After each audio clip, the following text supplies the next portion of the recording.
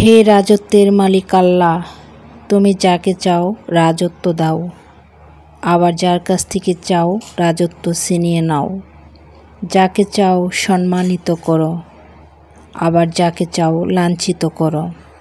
তোমার হাতেই সকল কল্যাণ, নিশ্চয়ই তুমি সব কিছুর উপর ক্ষমতাবান। আল ইমরান 26। আসসালামু আলাইকুম। কল্পনাস লাইফস্টাইল ব্লগ থেকে আমি কল্পনা আপনাদের আরও একটি নতুন ভিডিওতে ওয়েলকাম করছি। কাছে দূরে যে যেখান থেকে আমার আজকের ভিডিওটি দেখছেন, আশা রাখছি আল্লাহর রহমতে সবাই ভালো আছেন, সুস্থ আছেন। আমরাও আল্লাহর রহমতে এবং আপনাদের দোয়া ও ভালোবাসায় বেশ ভালো আছি আলহামদুলিল্লাহ।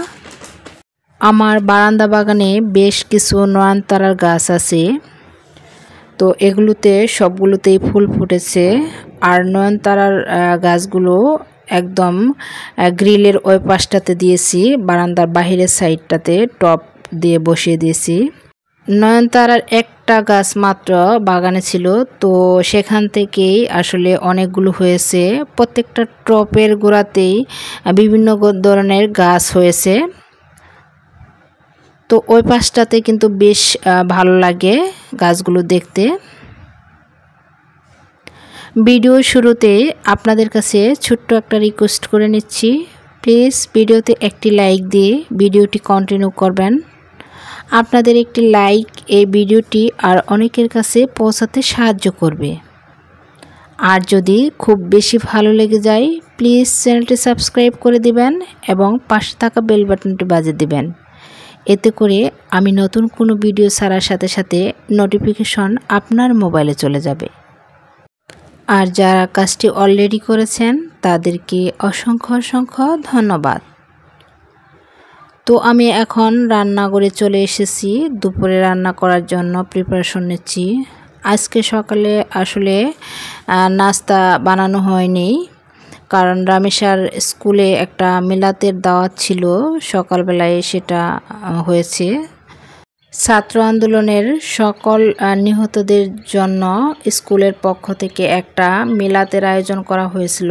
তো সকালবেলায় সেই মিলাতের দাওয়াত ছিল, আমিও গিয়েছিলাম। তো সকালবেলা সেখানে খেয়ে দিয়ে আসছি। তো তারপর বাসায় এসে এখন দুপুরের জন্য রান্নার আয়োজনটা করতেছি। তো আজকে দুপুরে আমি মুরগির মাংস রান্না করব আর করলা ভাজি করব। তো এখানে আমি মুরগির মাংসটা রান্না করে নিচ্ছি, সব মশলা দিয়ে নিচ্ছি।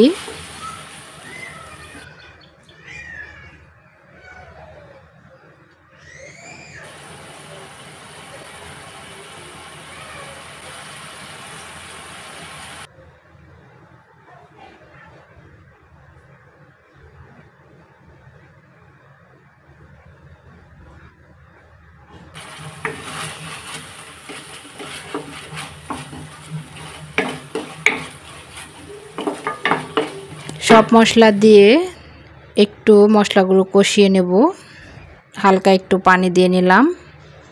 এখন ভালো করে একটু মশলাগুলো কষিয়ে নেব।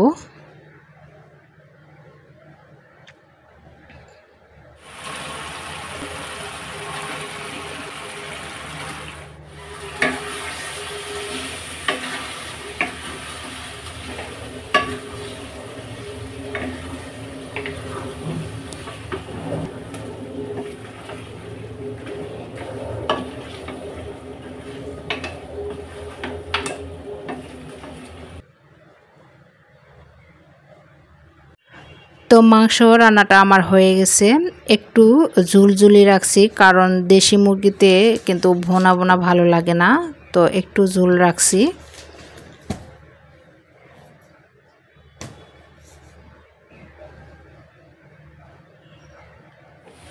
আর এদিক দিয়ে আমি করলা ভাজিটা উঠিয়ে দিয়েছি। করলা ভাজি আমি আসলে খুব চিকন করে কেটে তারপর ভাজি করি। এই ভাজিটা আমার কাছে অনেক বেশি ভালো লাগে।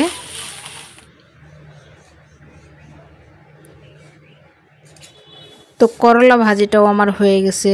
আসলে ডিটেলসে কিন্তু সব কিছু দেখানো সম্ভব হয় না, আর যদি সব কিছু দেখাতে যায় তাহলে কিন্তু ভিডিওটা অনেক লং হয়ে যায়।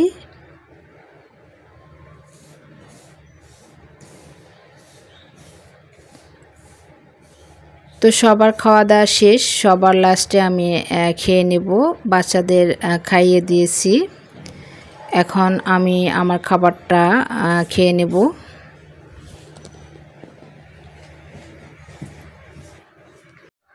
তো দুপুরে খাবার দাবার শেষ, এখন হাঁড়ি পাতিলগুলো একটু ধুয়ে নেব।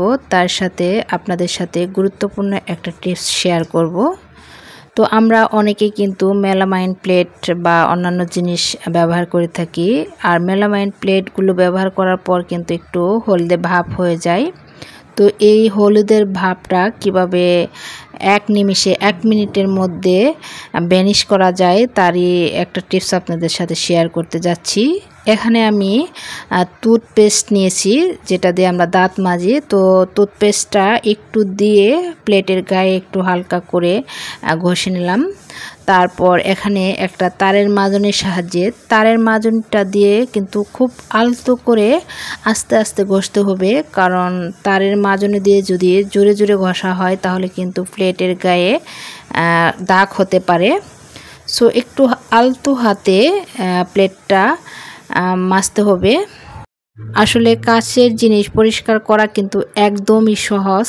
কাচের জিনিসে যদি কোনো দাগ পড়ে তাহলে কিন্তু একটু বিম দিয়ে ঘষা দিলে কিন্তু উঠে পড়ে, কিন্তু মেলামাইনের জিনিস ব্যবহারের পর দীর্ঘদিন ব্যবহারের পর কিন্তু একটা দাগ লেগে যায়, হলুদের দাগ বা যে কোনো দাগ। তো এই টিপসটি ফলো করে কিন্তু আপনারা যে কোনো দাগই খুব সহজে ওঠাতে পারেন। দেখেন আমি কিন্তু একদম আলতো হাতে একটু ঘষে ঘষে ওঠাচ্ছি। এই তারের মাজনে দিয়ে কিন্তু জোরে ঘষানো যাবে না, তাহলে কিন্তু দাগ পড়ে যাবে। তো আমি এখন ধুয়ে দেখাচ্ছি, দেখেন।